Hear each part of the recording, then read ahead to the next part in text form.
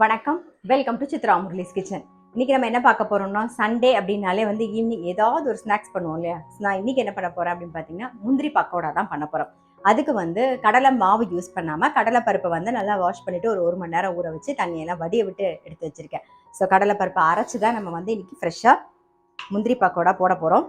பாருங்க, நல்லா கடலை பருப்பு. இது கூட வந்து நான் என்ன பண்ணியிருக்கேன்னா, ஒரு ஒரு 2 டேபிள் ஸ்பூனுக்கு பச்சரிசியை ஊற வச்சு தண்ணியெல்லாம் வடிய விட்டு எடுத்து வச்சிருக்கேன். ஸோ அதையும் சேர்த்து நம்ம அரைச்சிக்கலாம். ஒரே ஒரு வரமிளகா, காரத்துக்கு பச்சை மிளகா சேர்க்க போகிறோம், அதனால ஒரு வரமிளகா, கொஞ்சம் பெருங்காய பொடி, அப்புறம் உப்பு. இதை அரைச்சி எடுத்துகிட்டு வந்துடலாம். பாருங்க, இப்போ அரைச்சாச்சு. பார்த்தீங்கன்னா ரொம்ப குறன்னு இருக்காது, ரொம்ப நைஸாகவும் இருக்காது, அந்த ரவை பதத்துக்கு இருக்குங்க. ஸோ அரைச்சி விழுத பாத்திரத்தில் மாற்றிடுவோம்.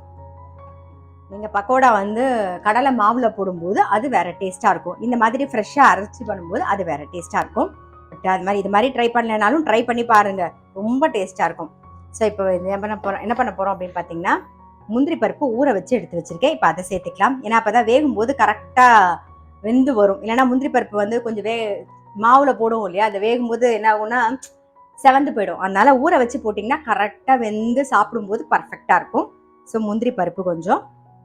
முந்திரி பருப்பெல்லாம் ஆப்ஷனல், அதாவது உங்களுக்கு எவ்வளோ வேணுமோ நீங்கள் போட்டுக்கலாம். இந்த அளவு அந்த அளவுன்னு இல்லை, நான் சும்மா கொஞ்சோண்டு ஒரு கைப்பிடி வந்து ஊற வச்சு நான் போட்டிருக்கேன். இப்போது அடுத்தது பச்சை மிளகா, இஞ்சி, கருவேப்பிலை, கொத்தமல்லி, புதினா எல்லாம் கட் பண்ணி வச்சுருக்கேன். எல்லாமே சேர்த்துக்கலாம். பாருங்கள், மாவு அரைக்கும் போது நீங்கள் மாவில் தண்ணியே சேர்க்காம தான் அரைச்சிக்கணும். பாருங்கள், தண்ணியே சேர்க்காம அரைச்சிருக்கேன். இப்போ கரெக்டாக இருக்கும். அதிலே நம்ம உப்பெல்லாம் போட்டோம். ஸோ அதனால் உப்பு தனியாலாம் தேவைப்படாது. எண்ணெய் நல்லா காஞ்சிருக்கு. ஸோ ஒரு அரை கரண்டிக்கு வந்து எண்ணெய் எடுத்துக்கலாம். சுட சுட அதை விட்டுருவோம்.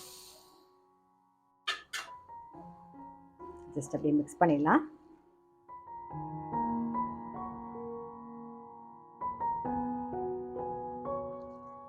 பாருங்க, எண்ணெய் நல்லா காஞ்சிடுது. முந்திரி பக்கோடாக்கு நான் வந்து வெங்காயம்லாம் சேர்க்க மாட்டேன். உங்களுக்கு வெங்காயம் பிடிக்கும்னா நீங்கள் வெங்காயம் சேர்த்துக்கலாம். அதே மாதிரி சோம்பு வாசனை பிடிச்சா சோம்பு வாசனை சேர்த்துக்கலாம். அதெல்லாம் ஆப்ஷனல், உங்களுடைய விருப்பம். பட் நான் அதெல்லாம் எதுவுமே சேர்க்க மாட்டேன். வந்து பக்கோடா வந்து போட்டுடலாம்.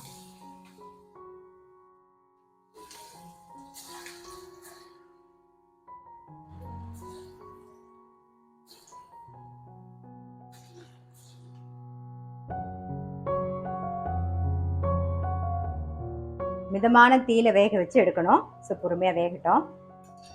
பாருங்க, சண்டே அப்படின்னாலே வீட்டில் எல்லாரும் இருப்பாங்க. கண்டிப்பாக ஏதாவது ஒரு ஸ்நாக்ஸ் வேணும்னு கேட்பாங்க. ஸோ சிம்பிளாக ஈஸியாக இருக்கும். இப்போ நான் வந்து கடலைப்பருப்பு யூஸ் பண்ணேன். இல்லை என்கிட்ட கடலை மாவே இருக்குன்னா நீங்கள் அதில் கூட பண்ணிக்கலாம், ஒன்றும் பிரச்சனை இல்லை. ஆனால் வந்து ஃப்ரெஷ்ஷாக கடலைப்பருப்பை ஊற வச்சு அரைச்சி பண்ணும்போது அந்த டேஸ்ட் வந்து கொஞ்சம் டிஃப்ரெண்ட்டாக இருக்கும். ஸோ கண்டிப்பாக ட்ரை பண்ணி பார்க்கலன்னா அதே மாதிரியே ட்ரை பண்ணி பாருங்கள்.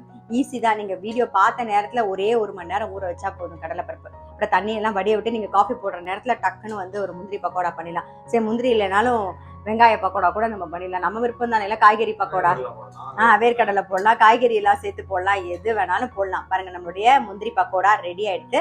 எடுத்துடலாம்.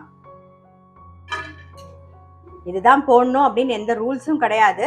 நம்மகிட்ட என்ன இருக்கோ அதை வச்சு நல்லா பண்ணிக்கலாம், அவ்வளவுதான். ஸோ இன்னைக்கு வந்து முந்திரி பக்கோடா எப்படி பண்ணுறதுன்னு பார்த்துருப்பீங்க. இது நல்லா காஃபி டீயோட சாப்பிடும்போது ரொம்ப டேஸ்ட்டாக இருக்கும். ஸோ கண்டிப்பாக ட்ரை பண்ணி பாருங்கள். நான் அடுத்த வீடியோவில் சந்திக்கிறேன்.